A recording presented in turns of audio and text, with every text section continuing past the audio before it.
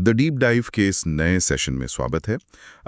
आज का जो डीप डाइव है ना, वो असल में एक बहुत ही इन डेप्थ एक्सप्लोरेशन होने वाला है। हाँ, और आज हम कुछ ऐसे डॉक्यूमेंट्स पर चर्चा कर रहे हैं जो फैमिली केयर नाम के एक प्लेटफॉर्म से जुड़े हैं। बिल्कुल, हमारे पास इस प्लेटफॉर्म के डैशबोर्ड, डॉक्यूमेंट्स और कुछ सिस्टम फीचर्स की पूरी टेक्निकल डिटेल्स हैं। और आज के इस डिस्कशन का मेन मिशन यही है कि हम समझें कि ये प्लेटफॉर्म परिवार की अहम चीज़ों को कैसे मैनेज करता है। सही कहा।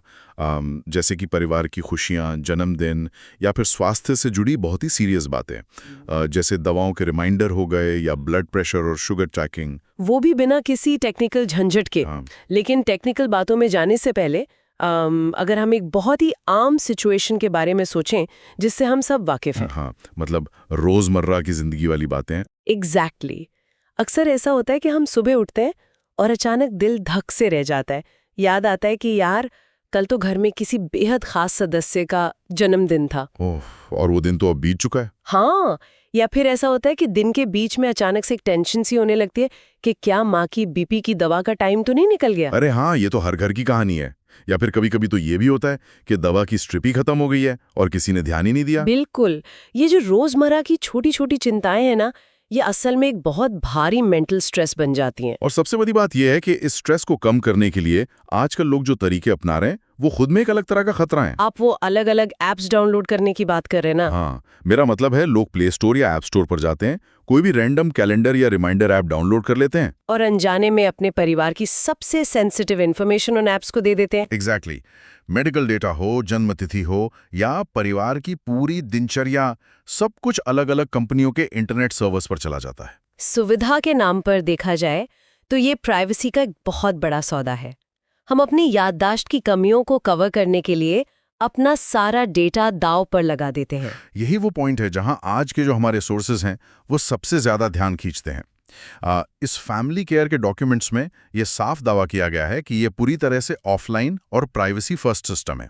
यानी डेटा कभी किसी बाहरी सर्वर पर जाता ही नहीं है। हाँ, लेकिन हेल्थ जैसे सीरियस टॉपिक पर जाने से पहले सोर्सेज में जो खुशियों और पारिवारिक जुड़ाव वाला हिस्सा है ना, उस पर नजर डालते हैं। वो बर्थडे और इवेंट मैनेजमेंट वाला सेक्शन। जी, डॉक्यूमेंट्स बताते हैं कि ये टूल परिवार और दोस्तों के बर्थडे, सालगिरह और दूसरे इवेंट्स को बहुत गहराई से ट्रैक करता है। इसमें उम्र की एकदम सटीक कैलकुलेशन भी होती है। बिल्कुल। और सारे इवेंट्स को आज, कल और आने वाले 30 दिनों जैसी कैटेगरीज में अपने आप बांट दिया जाता है। ये मुझे किसी डिजिटल फैमिली सेक्रेटरी की तरह लग रहा है। डिजिटल फैमिली सेक्रेटरी, ये तो बहुत सही नाम दिया है आपने इसे। है ना? मतलब एक ऐसा सेक्रेटरी जिसके पास परिवार की पूरी फाइल है, लेकिन वो फाइल किसी कॉर्पोरेट ऑफिस में नहीं, बल्कि आपके घर की ही तिजोरी में बंद है। बिल्कुल। लेकिन इस सेक्रेटरी के काम करने का जो टेक्निकल तरीका है ना, वो इसे आम कैलेंडर ऐप से बहुत अलग बनाता है। अच्छा, वो कैसे? सोर्स में एक स्पेशल फीचर पे बहुत जोर दिया गया है। ये सिस्टम पूरी तरह से IST अवेयर है। IST aware. हाँ, यानी इंडियन स्टैंडर्ड टाइम के हिसाब से बना है। हाँ, एग्जैक्टली।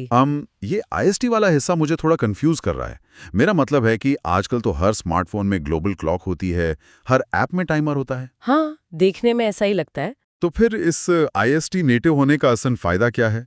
क्या आम ऐप्स टाइम जोन को अपने आप हैंडल नहीं कर लेती? देखिए, ऊपरी तौर पर तो यही लगता है कि सब मैनेज हो रहा है, लेकिन अगर हम टेक्निकल गहराई में जाएं तो ज़्यादातर जो ग्लोबल कैलेंडर सिस्टम्स या विदेशी ऐप्स हैं वो UTC यानी यूनिवर्सल टाइम के इर्द गिर्द लिखे जाते हैं। तो उनका बेस टाइम अमेरिका या यूरोप के सर्वर्स के हिसाब से होता है। बिल्कुल।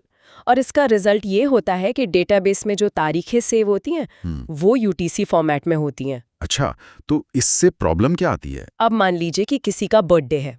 भारतीय परिवारों में अक्सर ऐसा होता है कि किसी को रात के 2:30 बजे या सुबह के 10 बजे मिडनाइट बर्थडे अलर्ट मिल रहा होता है। अरे हाँ, ये तो मेरे साथ भी कई बार हुआ है। अचानक से अजीब टाइम पर नोटिफिकेशन आ जाता है। वो इसीलिए होता है क्योंकि बैकएंड पर टाइम जोन का तालमेल बिगड़ जाता है। सिस्टम को लगता है कि दिन बदल गया है, लेकिन एक्चुअली अब फैमिली केयर की बात करें तो इसकी पूरी प्रोग्रामिंग और लॉजिक को विशेष रूप से भारतीय समय के आधार पर बुना गया है। अच्छा, मतलब इसका जो बुनियादी ढांचा है वो ही इंडियन टाइम पे सेट है। हाँ, इसका सीधा सा मतलब है कि अगर कोई रिमाइंडर रात 12 बजे का है तो कोडिंग उसे भारतीय समय के अनुसार ही प्रोसेस करेगी। कोई टाइम जोन का झंझट नहीं, कोई आधी रात का गलत अलर्ट नहीं। वाओ, अभी एकदम क्लियर हो गया। यानी ये उस उलझन को खत्म करता है जहां ऐप का सर्वर सोच रहा है कि अभी प्रशांत महासागर की किसी टाइम जोन में दोपहर हो रही है, जबकि असल में भारत में आधी रात हो चुकी है और जन्मदिन शुरू हो गया है। बहुत ही स्मार्ट है। इसी इवेंट मैनेजमेंट में एक और फीचर का जिक्र है जहां जन्मदिन पर सीधे डैशबोर्ड से विश कार्ड डाउनलोड किया जा सकता है। हाँ, ये एक छोटा लेकिन बहुत ही इंटरेस्टिंग फीचर है। मुझे भी ऐसा ही लगा। आमतौर पर जब हमें किसी का बर्थडे याद आता है तो हम क्या करते हैं? हम किसी दूसरी ऐप या वेबसाइट पर जाते हैं, वहां से कोई कार्ड खोजते हैं या बनाते हैं। और कई बार तो उसमें बहुत टाइम भी लग जाता है। बिल्कुल। लेकिन यहाँ ये प्लेटफॉर्म न सिर्फ सटीक उम्र बता रहा है, बल्कि बिना किसी बाहरी वेबसाइट पर जाए एक विश कार्ड भी तैयार कर रहा है। और इस विश कार्ड जनरेशन की सबसे बड़ी खासियत पता है क्या है? क्या? ये पूरी प्रोसेस डिवाइस के अंदर ही होती है। अच्छा, मतलब कोई इंटरनेट कॉल नहीं? बिल्कुल नहीं। किसी थर्ड पार्टी सर्वर को ये बताया ही नहीं जा रहा है कि आप आज किसे विश करने वाले हैं। ये तो खुशियों को साझा करने का बहुत ही सुरक्षित तरीका है ना? लेकिन देखिए, जीवन की खुशियां मनाने और रिश्तों को जोड़े रखने के लिए जो सबसे बुनियादी जरूरत है वो क्या है? परिवार का स्वस्थ रहना। एग्जैक्टली। अगर हेल्थी ठीक नहीं है तो बाकी सभी चीजें कहीं पीछे छूट जाती हैं। बिल्कुल सही बात है। खुशियों के मैनेजमेंट से लेकर हेल्थ सिक्योरिटी तक का ये सफर बहुत स्वाभाविक है, और यहीं पर इस डॉक्यूमेंट का सबसे विस्तृत हिस्सा सामने आता है। मेडिसिन ट्रैकर और इन्वेंट्री मैनेजमेंट वाला सेक्शन, राइट? हाँ। जब मैं इस मेडिसिन ट्रैकर के फीचर्स पढ़ रहा था तो मुझे साफ समझ आ गया कि ये सिर्फ कोई साधारण अलार्म क्लॉक नहीं है। तो फिर ये क्या है? इसे हम एक स्मार्ट पिल बॉक्स कह सकते हैं। सोर्सेस के हिसाब से इस प्लेटफॉर्म में परिवार के हर सदस्य के लिए एक अलग और सुरक्षित डेटा प्रोफाइल बनाई जा सकती है। हाँ, मैंने भी पढ़ा ये। इसमें दवाओं के नाम, उनकी डोज, यूनिट और लेने की फ्रीक्वेंसी सब सेट की जा सकती है। और फ्रीक्वेंसी का ऑप्शन भी बहुत डिटेल्ड है। जैसे कोई दवा रोजाना लेनी है या दिन में 2 बार लेनी है, या फिर हफ्ते में 1 बार या सिर्फ जरूरत पड़ने पर। बिल्कुल। देखिए, इस तरह की प्रोफाइलिंग का सबसे बड़ा फायदा ये है कि ये घर के अलग-अलग सदस्यों के बीच की मेडिकल उलझनों को सुलझाता है। हाँ, खासकर तब जब घर में 2 या 3 बुजुर्ग हों। बिल्कुल। ये याद रखना कि किसे कौन सी दवा किस टाइम देनी है, ये एक बहुत बड़ा मेंटल लोड होता है। बहुत बड़ा। लेकिन ये सिस्टम सिर्फ लेने के समय तक सीमित नहीं है। इसका जो इन्वेंट्री मैनेजमेंट सिस्टम है ना, वो इसे एक लेवल और ऊपर ले जाता है। हाँ, इन्वेंट्री वाला पार्ट सच में बहुत इम्प्रेसिव है। ये दवाओं के मौजूदा स्टॉक और प्रति स्ट्रिप कीमत को भी ट्रैक करता है, और डॉक्यूमेंट्स बताते हैं कि दवा खत्म होने से पहले ये रीफिल के लिए अलर्ट भी देता है। ये तो बहुत काम की चीज है। लेकिन यहाँ मुझे इस पूरी व्यवस्था पर एक बड़ा डाउट है। डाउट? कैसा डाउट? मैं एक बहुत ही प्रैक्टिकल सवाल पूछना चाहता हूँ। मान लीजिए कि भारी बारिश की वजह से इलाके में नेटवर्क नहीं है या फोन में इंटरनेट ही काम नहीं कर रहा। ओके। अब आजकल तो हर ऐप का पुश नोटिफिकेशन किसी न किसी सर्वर से होके आता है ना। अगर इंटरनेट नहीं है तो क्या इस स्मार्ट पिल बॉक्स का ये जरूरी रिमाइंडर काम करेगा? ये बहुत ही वैलिड सवाल है। मतलब ये टेक्निकली कैसे पॉसिबल है कि बिना इंटरनेट के एक ऐप खुद ही जग जाए और अलर्ट दे दे? देखिए, आपका ये डाउट होना बहुत लाजमी है, क्योंकि हमारी आदत उन्हीं ऐप्स की पड़ चुकी है जो पूरी तरह से इंटरनेट पर डिपेंडेंट है। हाँ, बिल्कुल। लेकिन इस प्लेटफॉर्म के काम करने का जो तरीका है वो इसके लोकल स्टोरेज और जीरो सर्वर आर्किटेक्चर में छिपा है। जीरो सर्वर आर्किटेक्चर, थोड़ा आसान भाषा में समझाएंगी? बिल्कुल। इसे एक एनालॉजी से समझते हैं। पारंपरिक ऐप्स जो होती हैं ना, वो एक बैंक की तरह होती हैं। बैंक की तरह? हाँ। जब आपको अपना ही पैसा यानी अपना डेटा चाहिए होता है तो आपको बैंक यानी सर्वर तक जाना पड़ता है। और वो बैंक तक जाने का रास्ता इंटरनेट है। एग्जैक्टली। बैंक का क्लर्क जो कि इंटरनेट है वो पैसा लाकर देता है। अब अगर बैंक बंद है या रास्ता खराब है तो आपको कुछ नहीं मिलेगा। ये तो एकदम सटीक उदाहरण है। इसके उलट फैमिली केयर का लोकल स्टोरेज आर्किटेक्चर घर की उस तिजोरी की तरह है जो आपके डिवाइस या ब्राउजर के अंदर ही फिट है। अच्छा, यानी सारा का सारा डेटा सिर्फ और सिर्फ उस डिवाइस की मेमोरी में ही मौजूद है। बिल्कुल 100%। दवाओं के नाम, उनका टाइम, उनका स्टॉक, ये सब कुछ कभी भी आपके फोन या कंप्यूटर को छोड़कर किसी नेटवर्क पे ट्रैवल ही नहीं करता। वाह। अब आपके उस सवाल पर आते हैं कि बिना इंटरनेट के नोटिफिकेशन कैसे आता है। हाँ, वो सबसे बड़ा सवाल है। आजकल के मॉडर्न वेब ब्राउजर्स और डिवाइस के ऑपरेटिंग सिस्टम्स में सर्विस वर्कर्स और लोकल शेड्यूलिंग की क्षमता होती है। सर्विस वर्कर्स हाँ, ये एक टेक्निकल टर्म है। बेसिकली जब आप रिमाइंडर सेट करते हैं तो ऐप आपके फोन के अंदर ही एक इंटरनल क्लॉक सेट कर देती है। अच्छा, तो इसे बाहर से किसी इंटरनेट कमांड की जरूरत ही नहीं है? बिल्कुल नहीं। जैसे आपके फोन का नॉर्मल अलार्म बिना इंटरनेट के बजता है ना, हाँ, अलार्म तो हमेशा बजता है। बस वैसे ही ये सिस्टम लोकल लेवल पर कैलकुलेशंस करता है और खुद ही पुश नोटिफिकेशंस जनरेट कर देता है। ये तो कमाल की बात है। इंटरनेट हो या न हो, कोई कंपनी का सर्वर डाउन हो या अप हो, इससे इस सिस्टम के रिमाइंडर्स पर रत्ती भर भी फर्क नहीं पड़ता। ओह, ये तो एक बहुत ही पावरफुल कॉन्सेप्ट है। मतलब हम उस खतरे को पूरी तरह से हटा रहे हैं जहां एक सर्वर क्रैश होने की वजह से पूरे देश के लोगों की दवा छूट जाए। बिल्कुल। और प्राइवेसी के मामले में भी ये गेम चेंजर है। हाँ, प्राइवेसी पर तो डॉक्यूमेंट्स में कुछ बहुत ही हैरान करने वाले आंकड़े दिए गए हैं। मैंने पढ़ा कि दुनिया के सबसे एडवांस्ड एआई सिस्टम्स ने भी इस प्लेटफॉर्म का एनालिसिस किया है। हाँ, जैसे कि क्लाउड, जेमिनी और मानुस। एग्जैक्टली। और इन तीनों एआई मॉडल्स ने इसे प्राइवेसी के मामले में 100% का स्कोर दिया है। ये रेटिंग्स बहुत कुछ बयां करती हैं। जेमिनी ने इससे 9.8 का प्राइवेसी स्कोर दिया है और इसे एलीट दर्जे में रखा है। वाओ, एलीट दर्जा। और मैन्यूस ने 9.4 का स्कोर दिया है। उसने इसके जीरो सर्वर प्राइवेसी आर्किटेक्चर की बहुत ही टेक्निकल तारीफ की है। और क्लाउड ने तो शायद इसे अपना वेरीफाइड ट्रस्ट बैच तक दे दिया है, राइट? हाँ, बिल्कुल। देखिए, हमें ये समझना होगा कि ये जो एआई सिस्टम्स हैं, ये सिर्फ ऊपर ऊपर से नहीं देखते। ये कोड और डेटा फ्लो का गहरा एनालिसिस करते हैं। यानी उन्होंने कोड के अंदर जाकर चेक किया है। हाँ, और उन्होंने देखा कि इस सिस्टम से एक बाइट भी डेटा बाहर ट्रांसमिट नहीं हो रहा है। आज के दौर में ये बात सच में बहुत मायने रखती है। हम डेटा माइनिंग के एक ऐसे युग में जी रहे हैं जहां कंपनियां हमारी हर छोटी बड़ी जानकारी का एनालिसिस करती हैं। सही कहा, वो डेटा ही उनकी करेंसी है। बिल्कुल। अब सोचिए, अगर किसी ऐप को ये पता चल जाए कि किसी घर में डायबिटीज या हार्ट डिजीज की बहुत महंगी दवाइयां लगातार आ रही हैं, तो वो डेटा तुरंत मेडिकल इंश्योरेंस कंपनियों या एडवर्टाइजर्स को बेचा जा सकता है। एग्जैक्टली। ऐसे माहौल में एक ऐसा टूल जो दवा जैसी अति संवेदनशील जानकारी को डिवाइस से बाहर जाने ही नहीं देता, वो एक बहुत बड़ा सुरक्षा कवच है। और वो जो इन्वेंट्री में प्रति स्ट्रिप कीमत ट्रैक करने की सुविधा है, वो भी इस वजह से ज्यादा लॉजिकल लगती है। हाँ, क्योंकि अब आप अपना मेडिकल बजट ट्रैक कर सकते हैं, वो भी बिना किसी फाइनेंस ऐप को अपना हेल्थ डेटा सौंपे। बिल्कुल। ये डेटा के मुद्रीकरण यानी मोनेटाइजेशन के खिलाफ एक बहुत मजबूत टेक्निकल स्टैंड है। सही कहा। लेकिन देखिए, दवा का रिमाइंडर और स्टॉक मैनेजमेंट तो सिर्फ हेल्थ सिक्योरिटी का पहला कदम है ना। हाँ, असली चैलेंज तो कुछ और ही है। असली चैलेंज ये जानना है कि वो दवा और इलाज शरीर पर सही असर कर भी रहा है या नहीं। बिल्कुल। कोई भी दवा अपने आप में फाइनल सॉल्यूशन थोड़ी होती है। वो सिर्फ एक इंटरवेंशन है।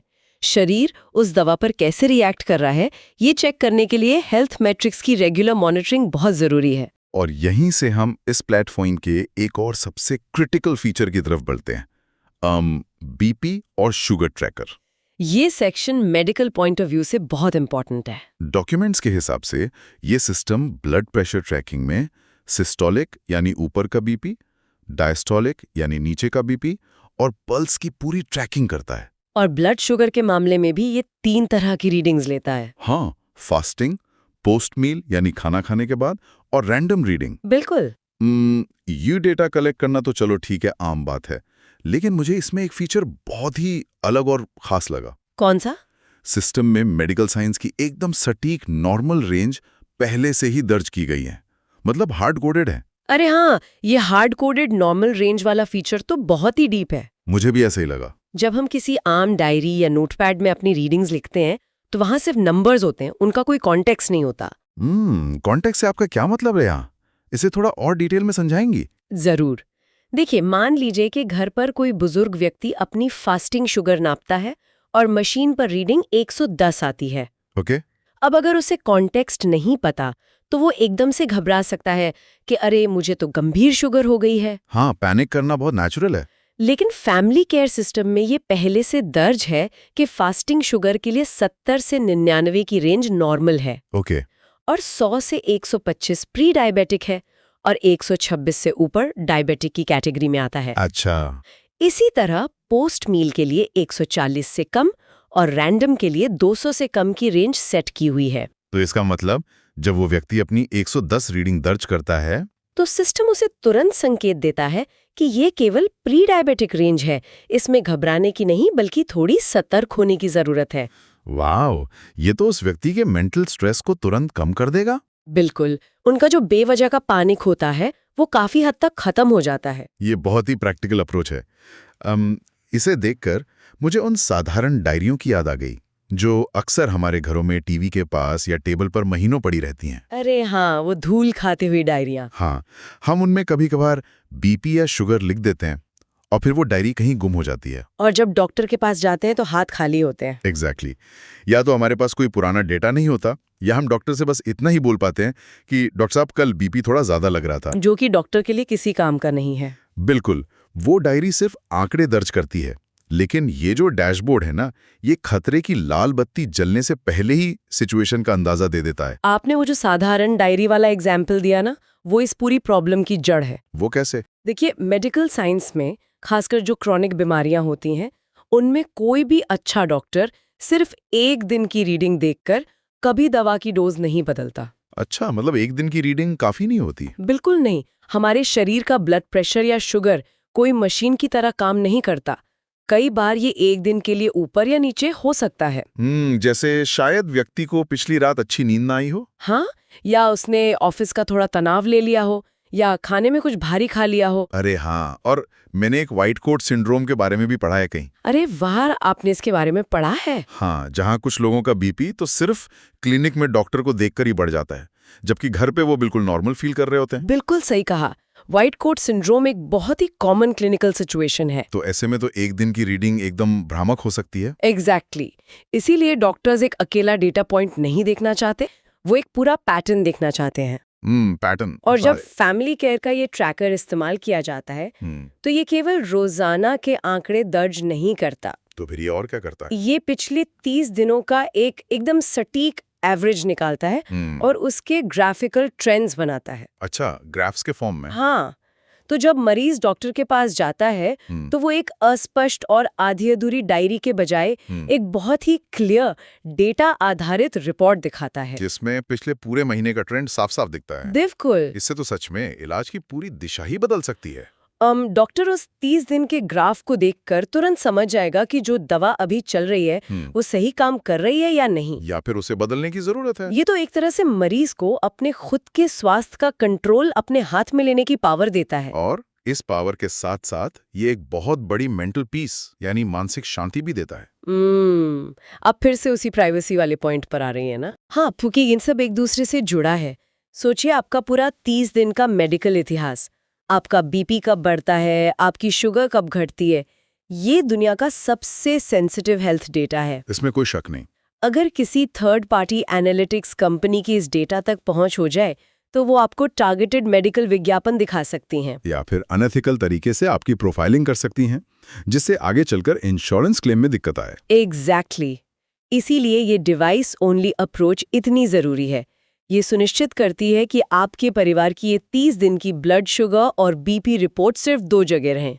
कहाँ? एक आपके फोन की स्क्रीन पर और दूसरा आपके डॉक्टर की आंखों के सामने, बस। कोई अदृश्य एल्गोरिदम हमारे हेल्थ डेटा पर नजर नहीं रख रहा है। ये सोच के ही बहुत रिलीफ मिलता है। बिल्कुल। तो अगर इस पूरी चर्चा को हम एक धागे में पिरोएं तो आज के इन डॉक्यूमेंट से एक बहुत ही साफ और पावरफुल तस्वीर उभर कर सामने आती है। हाँ, हमने काफी सारे पहलुओं को कवर किया है। हमने देखा कि कैसे जीवन की खुशियों के पल, जैसे किसी का जन्मदिन मनाना, वो एक IST अवेयर सिस्टम के जरिए बिना किसी चूक के मैनेज हो सकता है, वो भी बिना किसी टाइम जोन की उलझन के। और घर बैठे विश कार्ड बनाने की सुविधा के साथ। फिर हमने ये भी समझा कि कैसे दवाओं का स्टॉक, उनकी कीमतें और रिमाइंडर एक स्मार्ट पिल बॉक्स की तरह काम करते हैं, और वो भी बिना इंटरनेट के, पूरी तरह से जीरो सर्वर आर्किटेक्चर पर। बिल्कुल। और अंत में हमने ये भी जाना कि ब्लड प्रेशर और शुगर जैसे क्रिटिकल मेडिकल मैट्रिक्स को 30 दिन के ग्राफिकल ट्रेंड्स के साथ कैसे ट्रैक किया जा सकता है, जो कि प्रॉपर मेडिकल कॉन्टेक्स्ट और नॉर्मल रेंजेस के साथ आते हैं।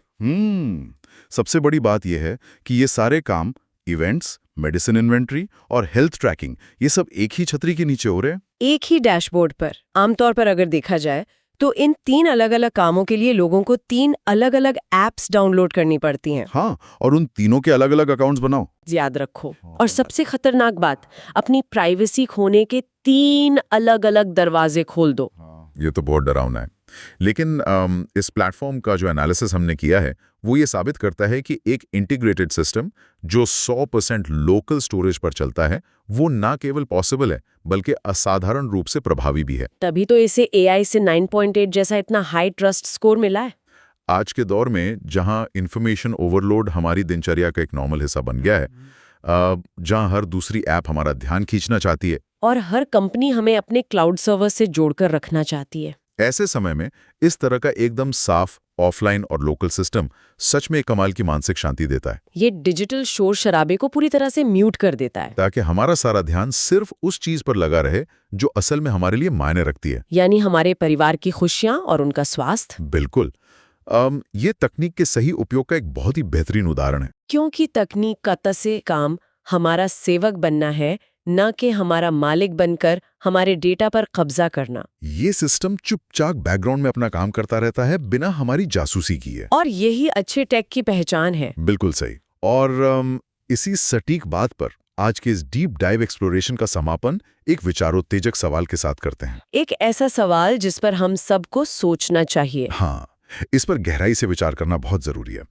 देखिए, अगर हमारे परिवार की सबसे संवेदनशील जानकारी, चाहे वो क्रिटिकल मेडिकल रीडिंग्स हों या फिर हमारे अपनों के खास दिन, हाँ, अगर ये सब बिना किसी इंटरनेट कनेक्शन या क्लाउड सर्वर की तांग-झांक के इतनी सटीकता और सुरक्षा के साथ मैनेज की जा सकते हैं, तो फिर हम रोजमर्रा के अन्य साधारण कामों के लिए डेटा माइनिंग करने वाली बड़ी कंपनियों को अपनी निजी जानकारी इतनी आसानी से क्यों सौंप देते हैं? ये सच में एक बहुत बड़ा सवाल है। क्या थोड़ी सी एक्स्ट्रा सुविधा के लिए अपनी पूरी निजता का सौदा करना वाकई जरूरी है? खासकर तब जब तकनीक हमें इससे कहीं बेहतर और सुरक्षित विकल्प दे सकती है। बिल्कुल।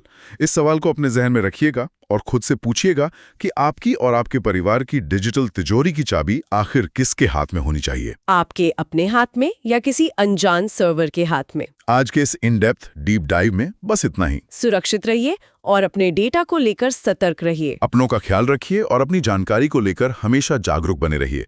Good bye.